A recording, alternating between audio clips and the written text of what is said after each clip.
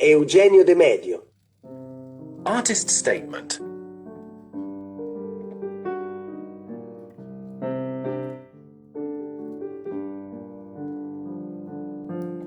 Creating is essential to me, like breathing. Images are the primary means by which I process my thoughts, and these images become concrete when I realize a work or design of an object. The forms, colors, signs, and their mutual relationships are creative thoughts. In contrast, analytical thought has in parallel and subsequently the task of translating into words the meanings that, for me, express what appears. So the image of a work is not a translation of a thought or a dream, but rather a vision conceived during its creation. Even though they may contain realistic elements, the images produced are not mirrors of reality but rather a critical view of it or, more often than not, the realization of a new, non-existent, hoped for, or predicted reality.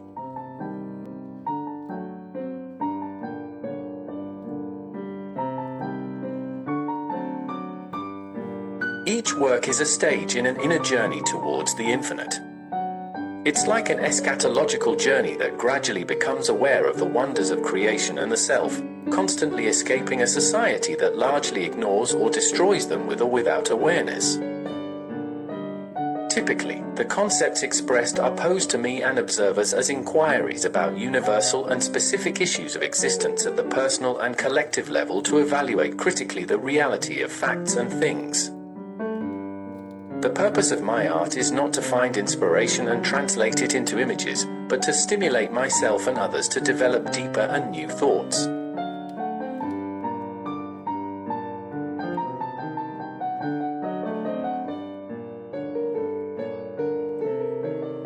Generally, the formation of the work, in addition to concepts and aesthetic factors, includes other factors such as social, historical, cultural, economic, technical, productive, and use, which take on more or less consistency concerning the aims of the work itself. For example, in a design product, however artistic it may be, the economic, productive, and ergonomic needs usually prevail over those of a work of art. In my opinion, however, the widespread acknowledgement of the dichotomy between art and design is only apparent. They differ, precisely, according to the weight that in a single creative process they have, or are given, to the various requirements linked to its conception and realization, which are all, however, present.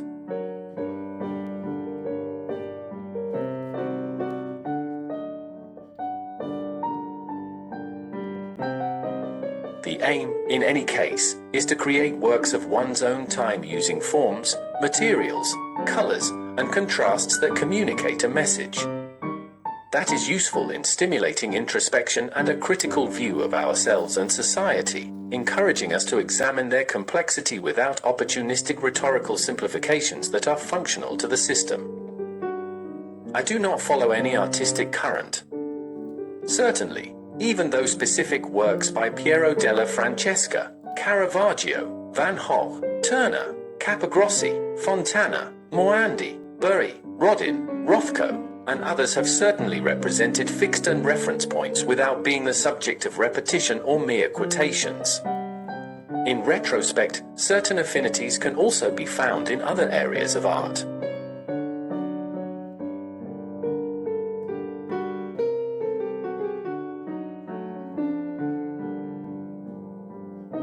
The seemingly informal images and compositions that I mainly create unite archetypes, symbols, lemmas, graphemes, iconic subjects, etc., which, as such, are not a representation of something, but an epiphany of the respective reasons for their existence without describing them, as was the case in symbolism, for example. A solid cultural background, and various passions, such as cooking and a love of nature, have led me to the conviction, paraphrasing a well-known saying, that, even in art, matter and technique are not water that you can buy. This means giving value to what has already been done by others or by ourselves, deepening and surpassing it, without falling into mannerisms or banality.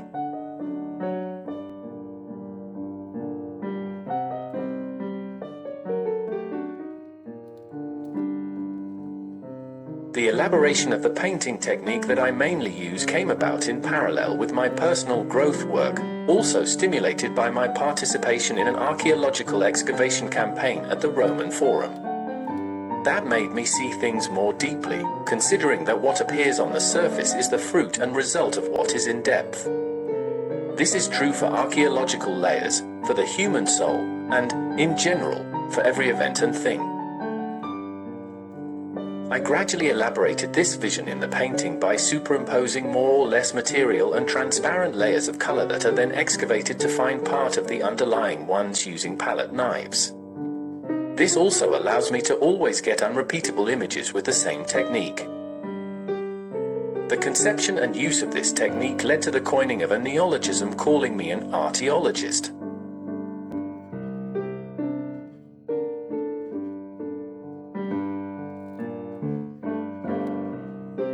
In 2024, the fruit of my research on archetypes was studied at the Academy of Fine Arts in Rome.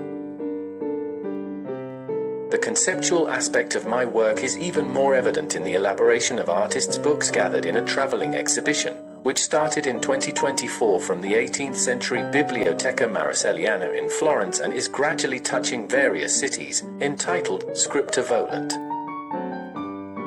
Without neglecting established artistic expressions, I am currently creating painted works on various folded, crumpled, moved, or sectioned fabrics that allow for a dialogue between the space in the background of the work and the space occupied by the observer.